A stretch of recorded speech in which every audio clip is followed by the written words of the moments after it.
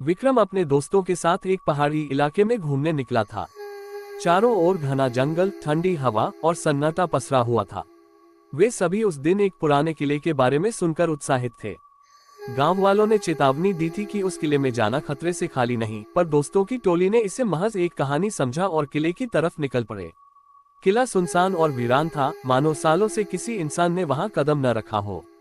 जैसे ही वे किले के अंदर पहुंचे, हवा अचानक और ठंडी हो गई और माहौल अजीब सा महसूस होने लगा। किले के अंदर एक बड़ा हॉल था जिसकी दीवारें टूटी फूटी और छत लगभग गिर चुकी थी, लेकिन वहां एक अजीब सी गंध और ठंडक महसूस हो रही थी। विक्रम ने एक पुराने दरवाजे की ओर इशारा किया जो अध खुला था। वे सभी दरवाजे की ओर बढ़े और जैसे ही विक्रम ने दरवाजा खोला, तेज चीखने की आवाजें गूंजने लगी। दोस्तों ने सोचा कोई मजाक कर रहा होगा, लेकिन जब आवाजें और तेज होने लगी तो सभी का दिल जोर जोर से धड़कने लगा।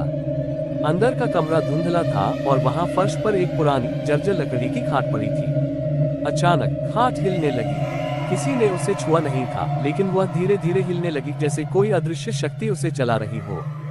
सभी के चेहरों पर डर साफ झलकने लगा। विक्रम ने पास जाकर देखा तो उसकी आंखें चौंधिया गईं। खाट के नीचे एक कंकाल पड़ा था और उसके हाथ में एक धातु की चाबी थी। विक्रम ने चाबी उठाई और तभी जोर से दरवाजा बंद हो गया।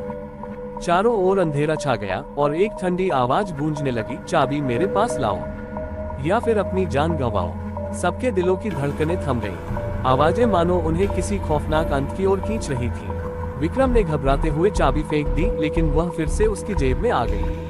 तभी उनके सामने एक छाया उभरी, एक प्रेत की आकृति जिसकी लाल जलती हुई आंखें उन्हें घूर रही थी। वह प्रेत धीरे धीरे विक्रम की ओर बढ़ने लगा। उसके कदमों की आवाज, उसके साथ आती सर्द हवा और उसकी डरावनी मुस्कान ने सभी को जकड़ लिया।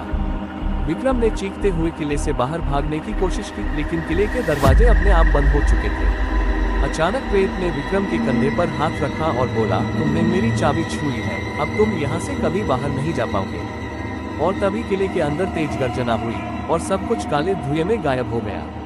अगले दिन जब गांव वालों ने किले की ओर देखा तो वह बिल्कुल वीरान था और विक्रम और उसके दोस्तों का कोई नामोनिशान नहीं था। कहते हैं, जो भी उस किले में गया वह कभी वापस नहीं लौटा।